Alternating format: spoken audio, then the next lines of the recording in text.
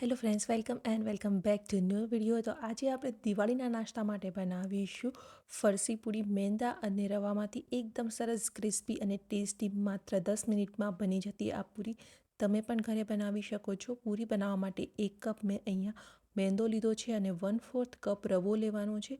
લોટનું જે માપ છે આપણે આ પ્રમાણે પરફેક્ટ લેવાનું છે. તમે મેંદાની જગ્યાએ ઘઉંના લોટનો પણ ઉપયોગ કરી શકો છો અથવા તો અડધો કપ ઘઉં અને અડધો કપ મેંદો પણ લઈ શકો છો. 1 નાની ચમચી આપણે અજમા લઈ લઈશું, એમને હાથની મદદથી ક્રશ કરીને એડ કરવાના છે અને ત્યારબાદ 2 મોટી ચમચી તેલ અને મીઠું એડ કરી દઈએ સ્વાદ અનુસાર. હવે બધી વસ્તુને આપણે એકદમ સરસ રીતે મિક્સ કરી લેવાની છે.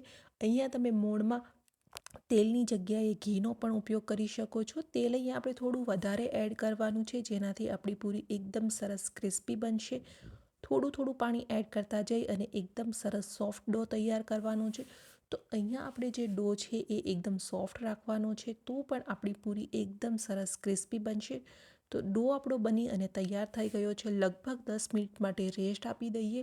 લોટને રેસ્ટ આપવું ખૂબ જ જરૂરી છે, તેનાથી આપણી પૂરી ખૂબ જ સરસ બનશે. અહીંયા 10 મિનિટ પછી આપણો લોટ એકદમ પરફેક્ટ રીતે રેસ્ટ થઈ ગયો છે. હવે એમના આપણે નાના બોલ્સ તૈયાર કરી લઈશું. તમારે જે સાઇઝની પૂરી તૈયાર કરવી છે એ સાઇઝના તમે અહીંયા બોલ્સ તૈયાર કરી શકો છો, અથવા તો એક મોટી પૂરી તૈયાર કરી અને કૂકી કટરની મદદથી તમે રાઉન્ડ શેપ આપી શકો છો. અહીંયા આપણે નાની સાઇઝની પૂરીઓ તૈયાર કરી લઈશું. સેમ ડોમાંથી તમે છે એકદમ નાની સાઇઝની પૂરી તૈયાર કરી અને જે પાપડી ચાટ આવે છે એ પાપડી ચાટ પણ બનાવી શકો છો. ત્યારબાદ આ રીતે ફોકની મદદથી આપણે થોડા એમની અંદર હોલ આપી દેવાના છે, જેનાથી આપણી પૂરી ફૂલશે નહીં. તો અહીંયા આપણી પૂરી બની અને તૈયાર થઈ ગઈ છે. એમને ફ્રાય કરી લઈએ.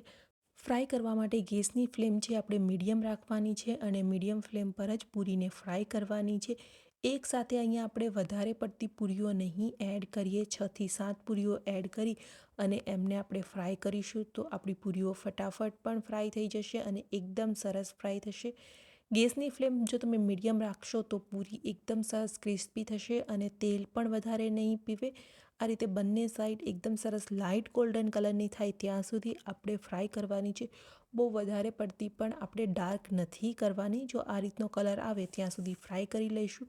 હવે આ પૂરીઓને આપણે એક કિચન પેપર પર લઈ લઈએ અને સેમ પ્રોસેસથી બાકીની આપણી બધી જ પૂરીઓ છે એ બધી પૂરીઓને ફ્રાય કરી લેવાની છે. તેલનું જે ટેમ્પરેચર છે એ વધારે ઠંડુ પણ ના હોવું જોઈએ. એક વખત પૂરીઓ ફ્રાય થઈ જાય ત્યારબાદ થોડી વાર તેલને ગરમ થવા દઈશું અને ત્યારબાદ જ આપણે બીજી બેચ ફ્રાય કરીશું. અહીંયા મેં બધી જ પૂરીઓ છે એમને ફ્રાય કરી લીધેલી છે. જો એકદમ સરસ ક્રિસ્પી આપણી પૂરીઓ બની અને તૈયાર થઈ ગઈ છે. દિવાળી માટે તમે આ પૂરીઓને ઘરે બનાવી શકો છો.